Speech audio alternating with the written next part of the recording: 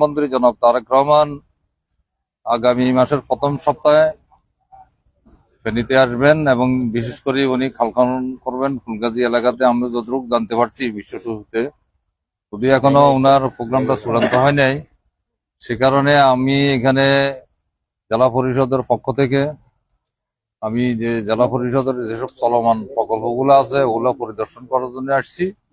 পাশাপাশি আমি কেন্দ্রীয় ঈদগাহটা পরিদর্শন করলাম, সেখানে কাজকর্ম দেখলাম, কাজের গুণগত মান এগুলো আমি পরীক্ষা নিরীক্ষা করছি। আমার সাথে আমার ইঞ্জিনিয়ার আছে, এলাকাবাসী আছে, আমার বিএনপির নেতা কর্মীরা এখানে উপস্থিত আছেন। আর বিশেষ করে আমি এখানে ডাক বাংলাটার দেখতে আসলাম। ডাক বাংলা আমার মনে হয় গত 15-20 বছরের মধ্যে এখানে কোনো সংস্কার হয়েছে বলে আমার কাছে এটা মনে হচ্ছে না। এটা একেবারে অবহেলিত, অথচ এটা একটা গুরুত্বপূর্ণ এলাকা। আমাদের মা দেশনেত্রী বেগম খালেদা জিয়া একসময় ডাক বাংলাতে উঠতেন, কিন্তু আজকে আমি ডাক বাংলার এই খারাপ অবস্থা দেখি আমার কাছে খুবই দুঃখজনক মনে হলো, খুব কষ্ট হইতেছি।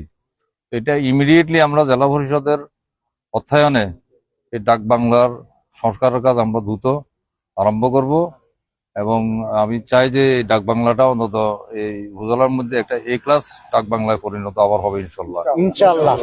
ইতিমধ্যে আমি জনাব তারেক রহমান আমাদের মাননীয় প্রধানমন্ত্রীর আগমনকে ফেনীর সর্বত্র একটা শ্বাস উঠেছে। আমরা মাননীয় প্রধানমন্ত্রীকে এই প্রথমবারের মতো ওনার নানার বাড়ি, কিন্তু প্রধানমন্ত্রী হিসাবে আমরা হয়তো আগামীতে ওনার যে সফরসূচিটা আছে ওটার মধ্যে দিয়ে আমরা প্রধানমন্ত্রী হিসাবে ওনাকে প্রথমবারের মতো পাবো। সেই জন্য আমাদের মধ্যে একটা চরম আনন্দ, উচ্ছ্বাস এবং আমাদের যে আগ্রহ, এটা আমাদেরকে একটা অনুপ্রেরণা হিসাবে কাজ করতেছে।